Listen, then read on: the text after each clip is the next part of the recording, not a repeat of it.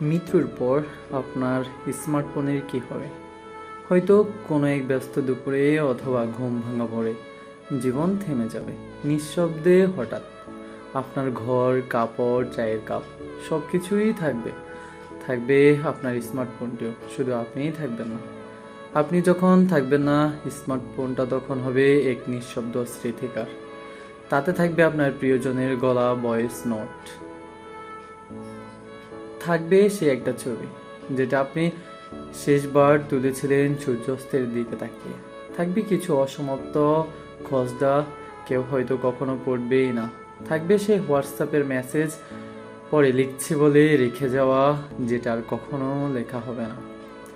আপনার মা কিংবা স্ত্রী হয়তো সেটা তুলে নেবে একদিন, বিছানার পাশে রাখা সে ফোন যেটা প্রতিদিন ঘুম ভাঙার আগে আপনি হাতে নিতেন, যেটা আপনি নিয়ে ঘুরছেন চারিদিকে, তুলে রেখেছেন হাজারটা মুহূর্ত। হঠাৎ চোখে পড়বে কিছু ছবি, একটা সেলফি যেখানে আপনি হেসেছিলেন ঠিক তার দিকে তাকিয়ে, একটা নোটে যেখানে লেখা ছিল ঈদের বাজারের তালিকা, কিংবা মাকে ফোন দিতে হবে।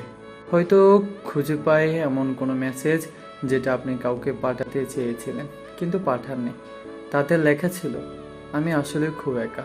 আপনার সন্তান একদিন বড় হয়ে খুঁজে পাবে আপনার ফোন, খেলার ছলে খুলে দেখবে কিছু ভিডিও, দেখবে আপনি তাকে কোলে নিয়ে রেখেছিলেন আর বলেছিলেন, বাবা তুমি আমার দুনিয়া।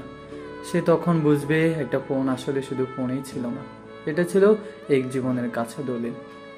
মৃত্যু অনিবার্য এবং আমাদের উচিত মৃত্যুর পরের জীবনের জন্য প্রস্তুতি নেওয়া। আমাদের স্মার্টফোনে থাকা তথ্যগুলো আমাদের জীবনের প্রতিচ্ছবি। তাই আমাদের উচিত স্মার্টফোনে এমন কিছু সংরক্ষণ করা যা আমাদের মৃত্যুর পরেও আমাদের জন্য সবের কারণ হতে পারে। অন্তত এমন কিছু না রাখা যা প্রকাশিত হলে আমাদের লজ্জায় পড়তে হয়।